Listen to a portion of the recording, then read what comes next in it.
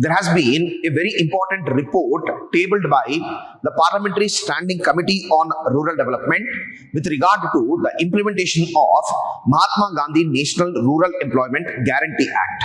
So let us try to analyze what the Parliamentary Standing Committee has said, and over and above this, what was the intention of the implementation of MGNREGA from the year 2005.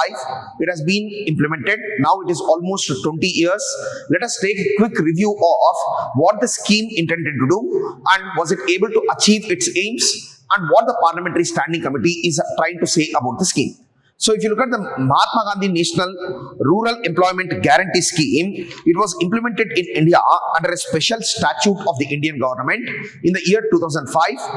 And this statute, it in fact provides indirectly right to work for the people residing in rural areas. Why I am saying that it is right to work is because the scheme guarantees that at least 100 days of guaranteed wage employment in every financial year to every household whose adult members are volunteering to do unskilled work. Which means that in every financial year cycle, 100 days of unskilled work should be provided to every rural household.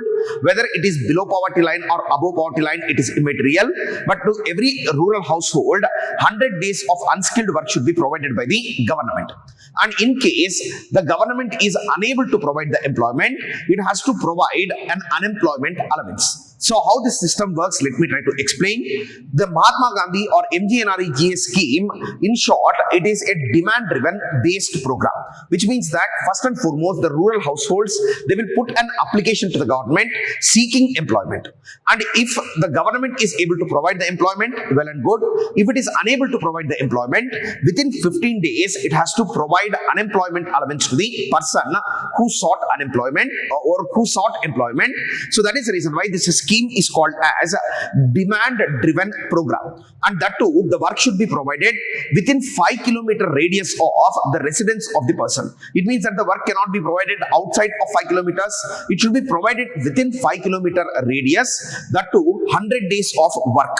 And along with that, in the MGNREGA scheme, it has been mandated that 1/3 of all work should be given to women.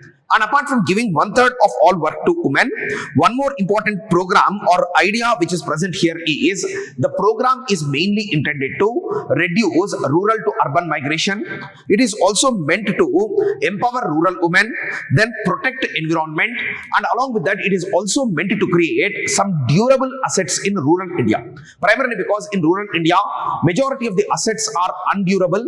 So constructing roads, lakes, lake embankments, then apart from that, schools. So this kind of unskilled work can be done through MGNREGA in order to create durable assets. And in the program itself, it has been clearly stated that near 100% of the unskilled wage for laborer, it would be provided by the central government. It means that even though the states are implementing the program, the central government will pay 100% of the wages to the workers. Along with that, 75% of the material used for creation of durable assets will come from the central budget. The states have to shoulder only 25% of the material costs. Otherwise, this is a completely centrally sponsored scheme, except for the 25% material costs which have to be borne by the state government.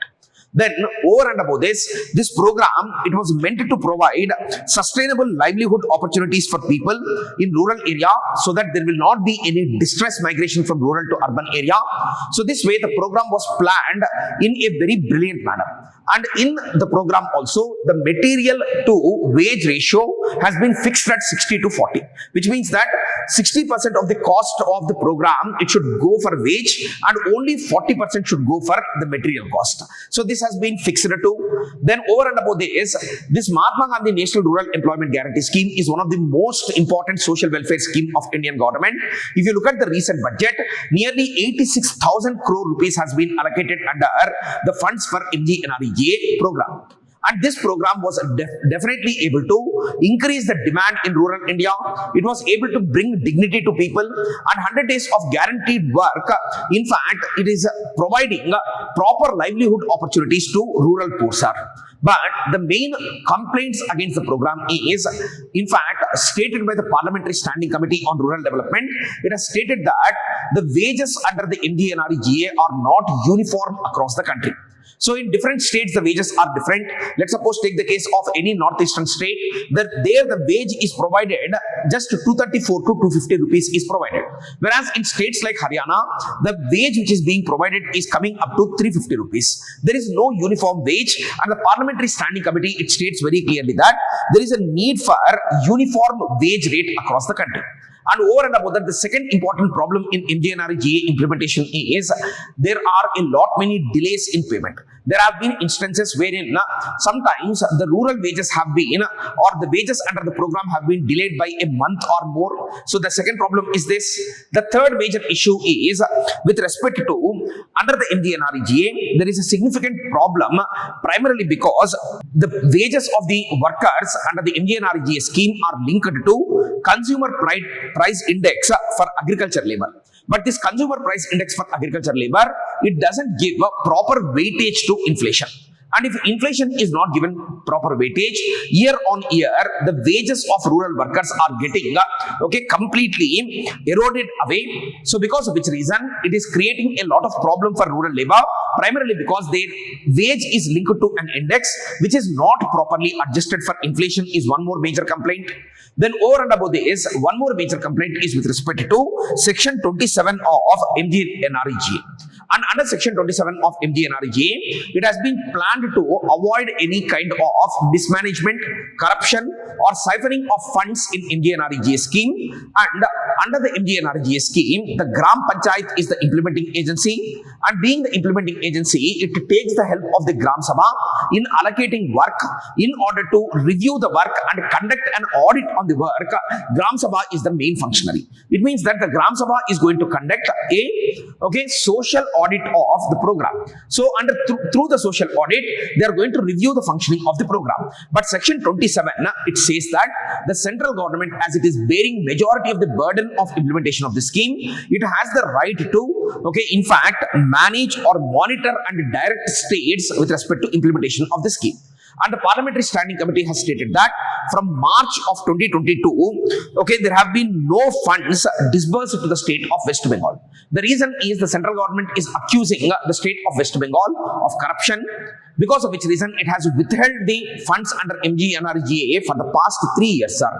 And 3 years is a very long period of time, because of which reason West Bengal as a state is suffering, and there is a higher instance of distance migration, even though the state government started a scheme of its own called Karam Shri, because they are not getting the funds from central government.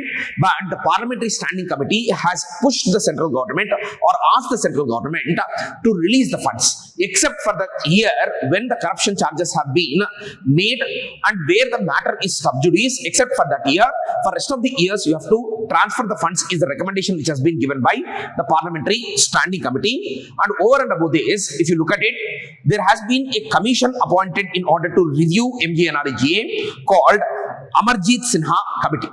And this committee has long back recommended that the number of days of employment should be increased to 200. Then along with that, the second thing that has been recommended by the committee is, so it has to be expanded to urban areas. The program has to be expanded to urban areas, and the wages of workers should be in sync with the statutory minimum wages, primarily because now it is considered as volunteer work, because of which reason the statutory minimum wages act is not applied to MGNREGA.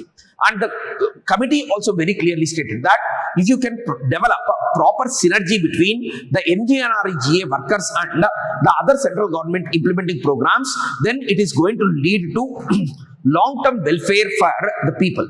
So this is what we need to think about. And as the central government is already implementing or using the convergence of MGNREGA workers with the Jal Shakti mission, so this should be a model for other schemes also to use the MGNREGA workers. Thank you. Competitive exam సంబంధించి ప్రత్యేకంగా civil services exam సంబంధించి ఏ option choose చేసుకోవాలి, preparation ఎప్పుడు start చేయాలి, ఏ books refer చేయాలి, ఇలాంటి doubts ఉంటే CSBIS అకాడమీని contact అవ్వచ్చు. దీనికి సంబంధించి నా పర్సనల్ అపాయింట్మెంట్ ఈ వీడియో పైన డిస్ప్లే అవుతున్న కాంటాక్ట్ నెంబర్కి ఫోన్ చేసి తీసుకోవచ్చు.